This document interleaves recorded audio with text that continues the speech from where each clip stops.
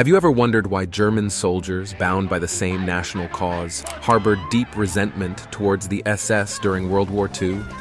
This video delves into the complex and often murky waters of this internal conflict. Weitermachen! Sind Sie wahnsinnig? Stehen bleiben! From ideological rifts to brutal power struggles, we'll uncover the layers of animosity that set these two factions apart. Join us as we step back in time to unfold a story not just of war, but of strife within the ranks.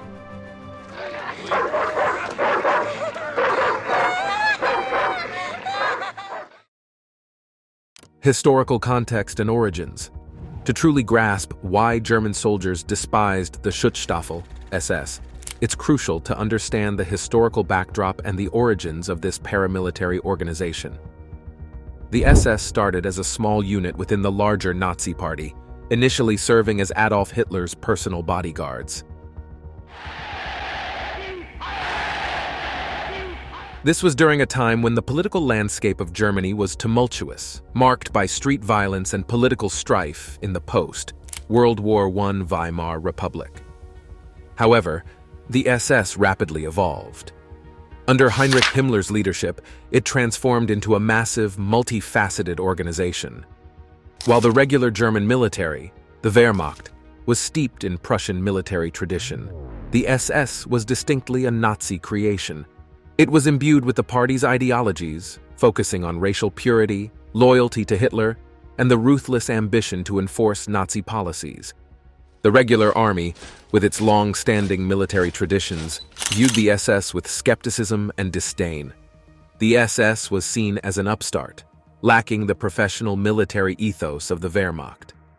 Furthermore, the SS's fanatical loyalty to Nazi ideology and Hitler personally was in sharp contrast to the Wehrmacht's broader commitment to Germany as a nation-state. This divergence in values was starkly evident in their recruitment and training methods. The Wehrmacht prided itself on its professional military training, grounded in decades of German military doctrine. The SS, on the other hand, placed a higher value on ideological purity and allegiance to Hitler.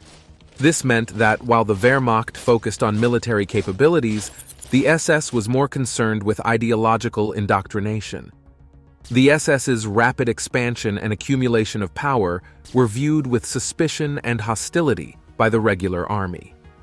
As the SS took on more military roles, including forming its own combat units like the Waffen-SS, tensions heightened.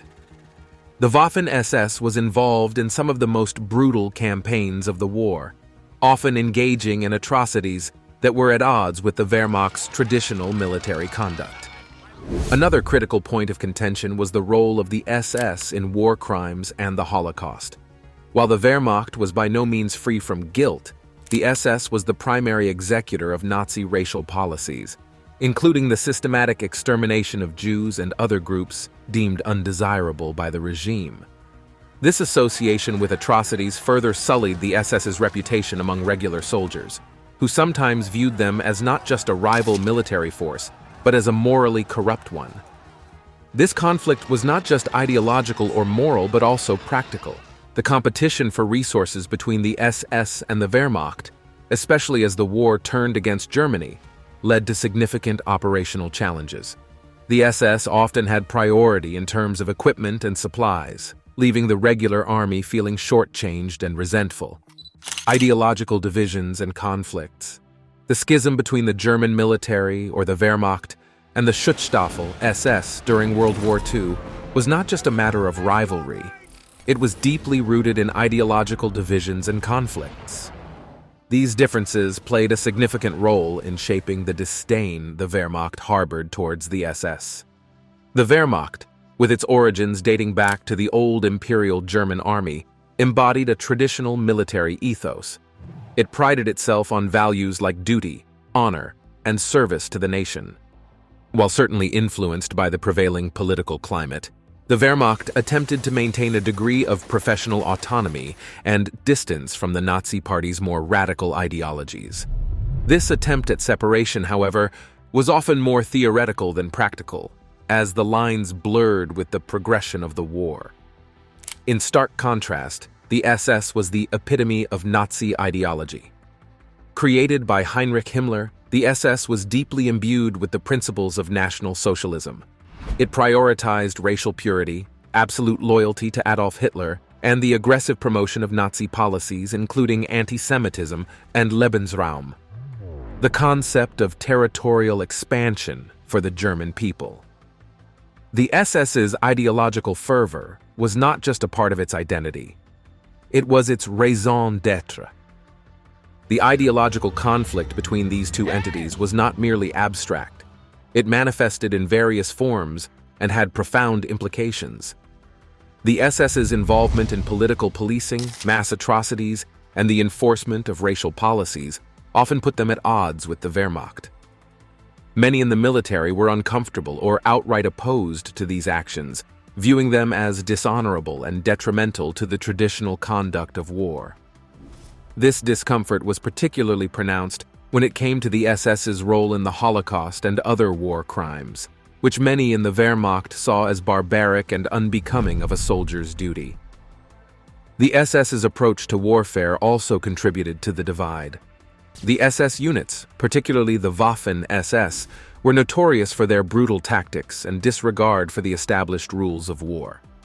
This approach often led to unnecessary civilian casualties and brutal reprisals, which further tarnished the image of the German military as a whole in the eyes of the international community. Moreover, the SS's close association with Hitler and the Nazi Party leadership gave them a level of political clout that the Wehrmacht lacked. This political backing allowed the SS to operate with a high degree of autonomy, and often exempted them from the oversight and criticism that the regular military faced. For the Wehrmacht, this unequal relationship signified not just a practical challenge, but also an affront to their sense of military honor and tradition. The ideological rift was further deepened by the personal attitudes and actions of the leaders on both sides. Many high-ranking officers in the Wehrmacht viewed SS leaders like Heinrich Himmler and Reinhard Heydrich with suspicion and disdain, seeing them as upstarts without proper military training or experience. This lack of respect was mutual. SS leaders often regarded the traditional military establishment as outdated and insufficiently committed to the Nazi cause. This ideological chasm had tangible consequences on the battlefield. There were instances of poor coordination and outright hostility between the SS and Wehrmacht units, leading to operational inefficiencies and failures. The rivalry also played a role in the internal power struggles within the Nazi regime, with both entities vying for influence and resources. Power struggles and rivalries. Beyond ideological rifts, the relationship between the German Wehrmacht and the SS during World War II was deeply marred by intense power struggles and rivalries. These internal conflicts within the Nazi regime played a significant role in shaping the animosity that the regular army felt towards the SS. The SS, under Heinrich Himmler, was not content with being a mere paramilitary organization. It sought an expanded role in both the political and military spheres. This ambition led to a direct encroachment on the traditional prerogatives of the Wehrmacht, which was supposed to be the primary military force of Nazi Germany. One of the primary areas of contention was the creation and expansion of the Waffen-SS, the armed wing of the SS. Initially conceived as a small elite guard unit, the Waffen-SS grew into a formidable military force. This expansion was viewed with great suspicion and resentment by the Wehrmacht. The military saw it as a direct challenge to its authority and a dilution of its role as the defender of the German state. The rivalry was not just about numbers or roles, it also involved a battle for resources. The SS often received preferential treatment in terms of equipment, supplies, and personnel. Himmler, leveraging his close relationship with Hitler, ensured that the SS had access to the best weapons, equipment, and recruits. This preferential treatment came at a time when resources were increasingly scarce, and the Wehrmacht often found itself struggling with shortages and outdated equipment. The competition extended to strategic and operational planning. The SS sought to have a greater say in military strategies and often pushed for more aggressive, riskier tactics in line with their ideological zeal. The Wehrmacht, with its more traditional military approach, frequently found itself at odds with these proposals. This conflict was not just theoretical. It had real implications on the battlefield, leading to inconsistent strategies and sometimes catastrophic outcomes. The personalities involved further exacerbated the power struggles. Senior Wehrmacht officers, many of whom were from Prussian aristocratic backgrounds, looked down upon SS leaders as upstarts lacking proper military training and understanding. Conversely, SS leaders, emboldened by their ideological purity and direct connection to Hitler, often dismissed the concerns and advice of the Wehrmacht. This rivalry played out not just on the battlefields of Europe, but also in the corridors of power in Berlin. The SS, with its extensive network of informants and its control over the police and security apparatus, had significant leverage over the Wehrmacht. They frequently used this power to undermine the military's position, both in strategic debates and in the struggle for Hitler's favor. Furthermore, the SS's involvement in atrocities and war crimes often put them at odds with the military. While the Wehrmacht was certainly not free from guilt in this regard, many in the military were appalled by the scale and brutality of the SS's actions. This disgust was not just moral, it was also pragmatic, as they feared it would lead to a hardening of enemy resolve and potential reprisals. The rivalry between the SS and the Wehrmacht was not a mere bureaucratic squabble. It had significant impacts on the Nazi war effort. It led to duplication of effort, wastage of resources, and sometimes outright sabotage of each other's plans. The animosity was so intense that, in some instances, it seemed as though the SS and the Wehrmacht were fighting their own private war, even as they fought a common enemy. Atrocities and the moral dilemma. The relationship between the German Wehrmacht and the SS during World War II was further complicated and strained by the SS's involvement in atrocities and the resulting moral dilemma it posed for regular soldiers. This chapter delves into the brutal actions of the SS, the moral conflicts they ignited, and how these events deepened the chasm between the SS and the Wehrmacht. At the heart of this issue were the war crimes and crimes against humanity perpetrated predominantly by the SS, particularly in Eastern Europe and the Soviet Union. The SS, driven by Nazi ideology and Heinrich Himmler's ruthless leadership, played a central role in the Holocaust.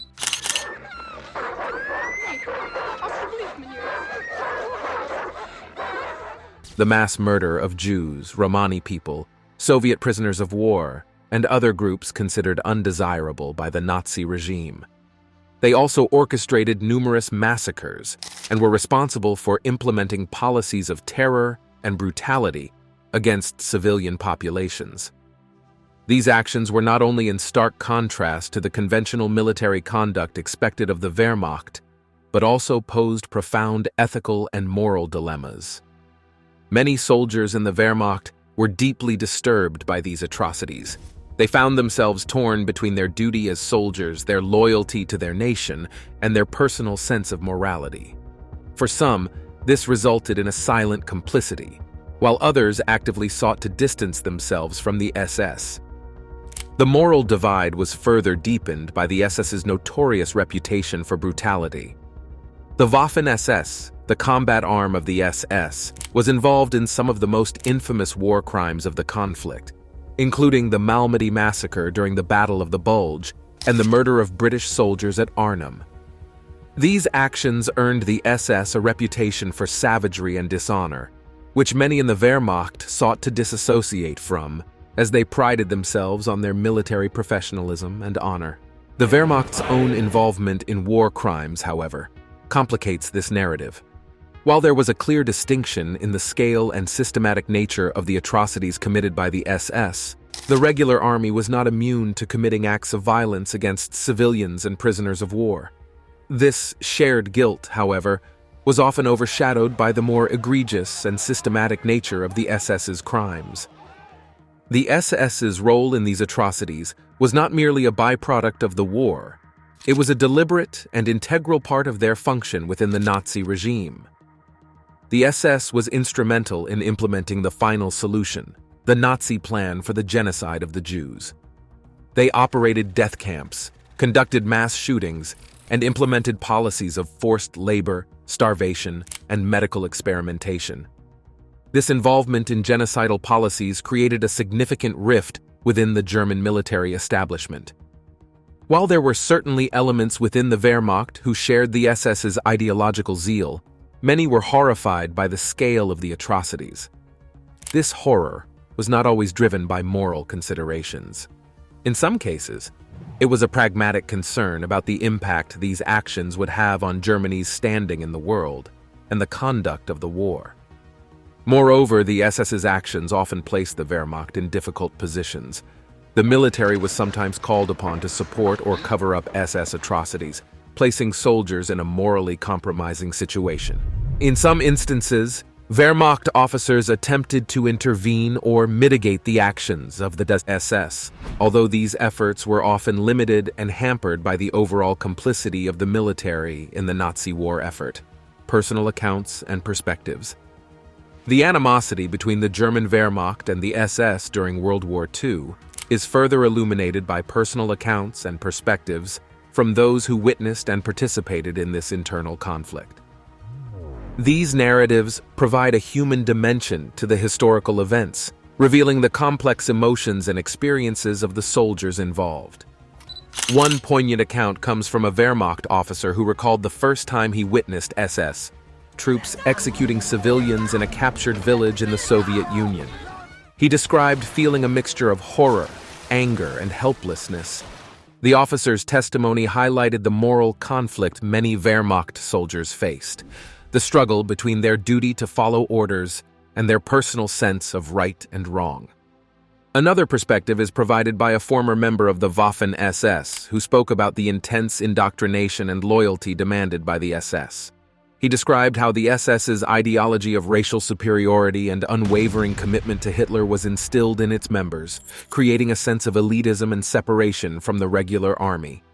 This account sheds light on the mindset of SS soldiers and how it contributed to the disdain with which they were viewed by the Wehrmacht. The experiences of ordinary soldiers also paint a vivid picture of the day-to-day tensions between the two groups. A Wehrmacht soldier recounted an incident where SS and Army units nearly came to blows over the allocation of supplies, illustrating the fierce competition and lack of cooperation that often marred their relationship. A particularly telling story comes from a medic who served in both the Wehrmacht and an SS unit. He compared the two experiences, noting the stark difference in attitudes towards non-combatants and prisoners of war. While he found a degree of professionalism and adherence to the Geneva Conventions in the Wehrmacht, his time with the SS was marked by a callous disregard for human life, reflecting the ideological divide between the two. Juxtaposed against these accounts are the reflections of civilians who interacted with both the SS and the Wehrmacht.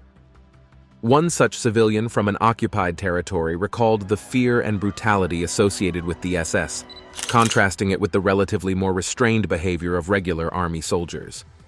This external perspective provides insight into how the actions of the SS affected their reputation, not just within the military, but also among the civilian populations they encountered. The narratives of resistance fighters and partisans also add a layer of complexity to the story.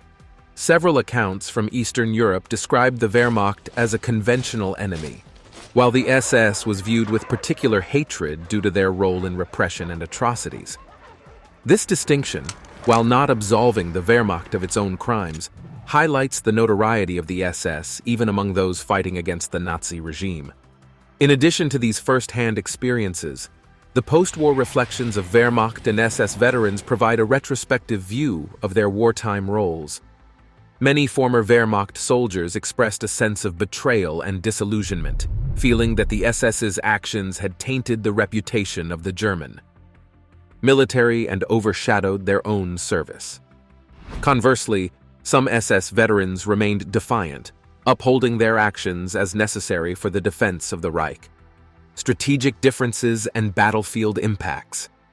This chapter examines another critical aspect of the tension between the Wehrmacht and the SS, the strategic differences in their approach to warfare and the consequential impacts on the battlefield during World War II. These divergences in military strategy and tactics not only fueled the animosity between the two entities, but also had significant implications for the outcome of various military campaigns. At the strategic level, the Wehrmacht, with its roots in traditional Prussian military doctrine, emphasized disciplined, structured, and methodical approaches to warfare. This included a focus on well-planned operations, efficient use of resources, and adherence to military protocols. The Wehrmacht's strategies were often characterized by a level of flexibility and pragmatism, adapting to changing circumstances on the battlefield. In stark contrast, the SS, particularly the Waffen-SS, was known for its aggressive, often reckless tactics. Driven by ideological fervor and a desire to demonstrate their superiority, SS units frequently engaged in high-risk operations. These tactics sometimes led to initial successes due to their shock value and the sheer boldness of the approach. However, they often lacked sustainability and exposed troops to unnecessary risks, leading to heavy casualties and operational failures in the long run. This difference in approach was evident in several key battles. For instance, in the Eastern Front, the SS's insistence on holding positions at all costs, in line with their ideological commitment to never retreat, often clashed with the Wehrmacht's more strategic approach of tactical withdrawals to conserve forces. This led to unnecessary losses and weakened the overall German military position.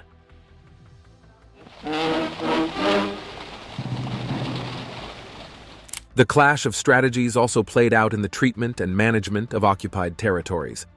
The SS's brutal policies of repression, mass executions, and exploitation were in contrast to the Wehrmacht's somewhat more measured approach. While the Wehrmacht was certainly involved in war crimes, their primary focus was on maintaining order and securing supply lines. The SS's harsh tactics often incited resistance and uprisings, complicating the military situation for German forces. Moreover, the SS's prioritization of ideological goals over military objectives sometimes led to strategic blunders. An example of this was their obsession with anti-partisan warfare, which diverted significant resources away from the main front lines. This not only weakened the German military's overall position, but also led to horrific atrocities that further alienated local populations. The rivalry also affected the allocation of resources, with the SS often receiving preferential treatment in terms of equipment and reinforcements. This created resentment within the Wehrmacht, as it strained their already limited resources and impacted their operational effectiveness. The impact of these strategic differences was not limited to the battlefield, but also influenced the broader course of the war. The SS's actions and strategies, often more aligned with Nazi ideological objectives than military practicality, contributed to strategic overreach and operational failures. In contrast, the Wehrmacht's attempts to conduct a more conventional military campaign were frequently undermined by the SS's actions and the overall direction of Nazi military policy, leadership dynamics, and internal politics. In this chapter, we delve into the leadership dynamics within the German military and the SS, examining how the influence and actions of key figures shaped the relationship between these two factions during World War II. Leadership styles, personal rivalries, and the struggle for influence at the highest levels played a crucial role in fueling the animosity between the Wehrmacht and the SS. The Wehrmacht's leadership, drawn largely from the traditional Prussian military aristocracy, was characterized by a strong sense of military professionalism and a code of honor rooted in centuries of German military tradition. Figures like General Feldmarschall Erwin Rommel and General Heinz Guderian were seen as epitomes of this tradition, emphasizing strategic acumen, discipline, and a certain level of independence from Nazi political ideology. In contrast, the SS was led by individuals who were loyal disciples of Hitler and ardent believers in Nazi ideology.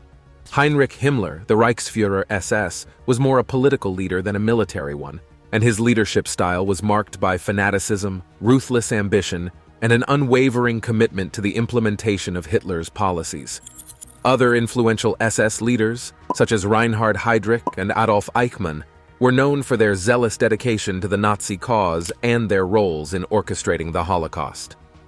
The differing backgrounds and ideologies of these leaders led to conflicting approaches not just in military tactics, but also in broader strategic and ethical considerations. For instance, while Wehrmacht leaders often prioritized military objectives, SS leaders were more focused on fulfilling Hitler's ideological and genocidal goals. This divergence created friction and mistrust between the two groups. Personal rivalries among the leaders exacerbated these tensions. The competition for Hitler's favor, resources, and influence led to backroom intrigues and power plays. Leaders of the Wehrmacht often viewed their SS counterparts as upstarts lacking in true military experience, while SS leaders considered the traditional military establishment to be outdated and insufficiently committed to the Nazi revolution. These leadership dynamics had profound implications on the ground. Orders from SS leaders often conflicted with those from Wehrmacht commanders, leading to confusion and inefficiency.